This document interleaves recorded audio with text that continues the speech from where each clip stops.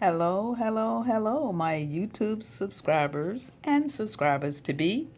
I'm your host once again, Josie Latimer, and thank you for tuning in to Celebrity and Variety Talk. Today, my topic is about Aretha Franklin's will. Aretha Franklin's will and her sons fighting over the money. Why is it subscribers that when people die, people fight over everything? You know, it's so horrible that they can't come together and they have to fight each other, and these are siblings. I mean, I would want my siblings to share everything, equally. I mean, I don't want no more than the other sibling because then everyone can be happy. And I think that her son should go ahead and keep the relative, Sabrina Owens. I think they should keep her over everything because if one of those sons get leadership, it's going to be a mess between those three. But since you have an outside person that's dealing with the situation, and it has been going smoothly from what I understand, that she's a professional, let it continue. They said that KECALF or whatever his name is, her son, that she had left in the will, wanted him to be over it, is not fittable or suit to handle the will situation. They feel like he's inadequate and that he cannot handle that situation. So they're not going to allow him to handle the situation. So I feel that to avoid all of the troubles and all of the fighting over Aretha Franklin's money, let Sabrina Owens, who has already been over it, just let her go over the wills. And it looks like the wills were kind of scribbled. It was just so much.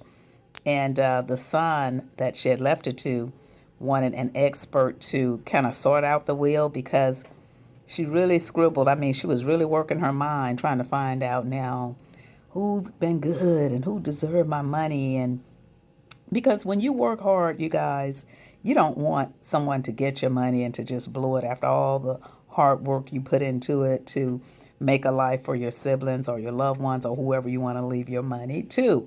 So it seems like if you guys, I don't know if you've seen it, but the wheels look all scribbled through, scratched through.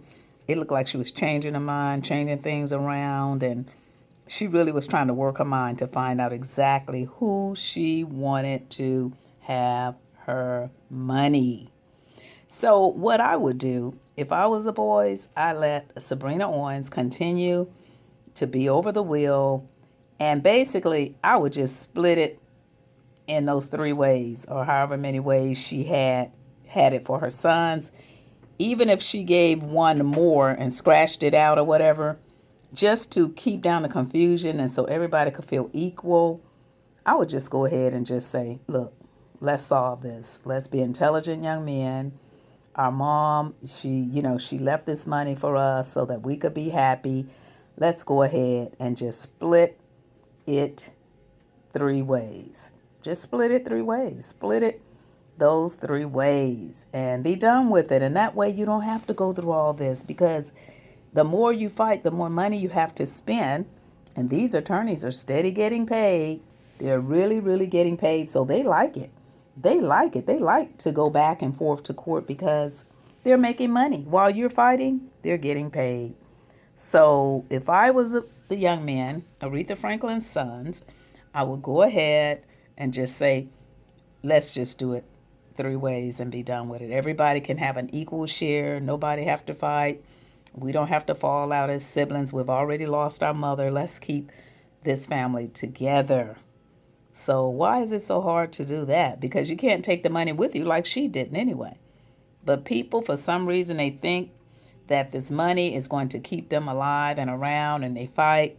And then sometimes they get it, and they don't last long after they get it. I've seen that happen too. Actually, I know a lady that she got money, and I really feel she got it the wrong way because she sued someone, and she was a massage therapist, and she sued someone, and I hadn't seen her in a long time. Actually, she was like a massage therapist, and she used to come around because she had wanted to work in my business when I first brought my business from California, and she wanted to work in my business, but somehow I just didn't feel it, so She never did, but she always followed me around and everything. And so finally she says, guess what? I'm rich. And I said, you rich? What happened? I mean, and she was just a plain Jane lady, you know. She says, girl, she says, I was doing this Caucasian guy massage, and you know he raped me. And I said, he raped you? I said, how did he rape you? I said, she says, I went to his room and I was doing a massage on him. And in my mind, I'm feeling like it's a setup. You know what I'm saying? And she says, and he raped me. And I said, oh my God. And she says, yes. And I said, well, what happened? And she says, well, I kept telling him no, I didn't want to have sex with him. And he just kept on and he raped me. And so she said, oh, it was so hard for me to find attorneys because, actually, when you look at it, you wouldn't think that something like that would happen anyway in the first place. And so no attorney really wanted to take it because they just didn't believe, and sometimes they don't believe massage therapists anyway because they feel like a lot of massage therapists kind of come on and massage men in the wrong places or the right places, you know what I'm saying? And then get them aroused. And if a man says no, no means no. You know what I'm saying? And I think she probably said no so that it could be a rape case. So look, so what happened? So then she finally found some attorneys that would take that case. That woman found attorneys, some young attorneys that had just gotten out of law school, and they were big-time attorneys, and they wanted that case. They wanted to make a name for themselves because this man was a big-time wealthy guy dealing in the oil business. You know how that is, the big-time money. So these guys wanted that because the man had a big name. And so they took the case, and they did an affidavit between him and her. And the man did like Clinton. He said, I did not rape that woman. Same thing Clinton said. And so they went back to her and they told her, they said, well, actually, we thought we could help you, but he said he didn't rape you. We don't have any evidence. We would have to have some solid evidence in order to be able to present this to court. And she says, I do have the evidence. So she held that as an ace in a hole, like the Monica Lewinsky. And I said, well, what did you have? She said, I had the blue dress. Right then I knew. I said, oh my God, this was a setup. This was a setup. It was the identical same thing. She got awarded like $9.5 or $6 million. And so, and I noticed she was just so happy and everything. And then as she kept coming around, I would work out at the gym and I would see her and she was looking different. And I was like, what's going on? And she says, well, I have this disease and, so I'm working with that and I'm doing some treatment. So she didn't actually tell me what type of disease it was. Do you know that money didn't do her any good? So Aretha Franklin sons, they can fight over the money all they want to. And that's not doing them any good. All they're doing is paying those attorneys. So she got awarded that money, the lady that I knew, and it didn't do her any good, and it couldn't save her life. She died. Matter of fact, I saw her the day before she died. And she was glowing at that point. It was like you could just see something on her. And boy, for the love of money, money can kill you too, it can, especially if you get it wrong. So these guys, Aretha Franklin's sons, please, they need to stop. Stop it. Share the money amongst the siblings. Everybody can be rich. Everybody can be happy. Let it go. Because in the end, if they keep fighting like that, the attorneys are going to be richer than them. Yeah, so that happened to this lady that I knew. I actually knew somebody that I felt all along that it was not right. So all I'm saying, YouTube subscribers, is that for the love of money can be the rule of all evil.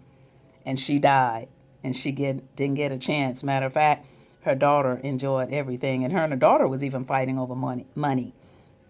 because she would tell me her only daughter would ask her, "Are you spending all the money?" And she says, "Joseph, she's worried about me and my money. Am I spending all the money? It's my money. I can do what I want to do with it." So they were fighting over money just like Aretha Franklin's sons were fighting over money. So in the end, her daughter received all of the money that she got from the rich man that she said had raped her. So what happened in that case, I'm going to bag it up a little bit. What happened when those guys, she told them she had some evidence that they could present in court, they jumped up with joy. When she told them she had the dress with the DNA, they jumped up to the ceiling. They were so happy. So the man settled out of court. To this day, his wife, the Caucasian man, his wife, have no idea that he was sued for 9 point something million dollars because he wanted to settle it so that it wouldn't go to court and it wouldn't make public. So they did it hush hush. She got her money, her attorneys got their money, and they moved along. But she's no longer here, you see?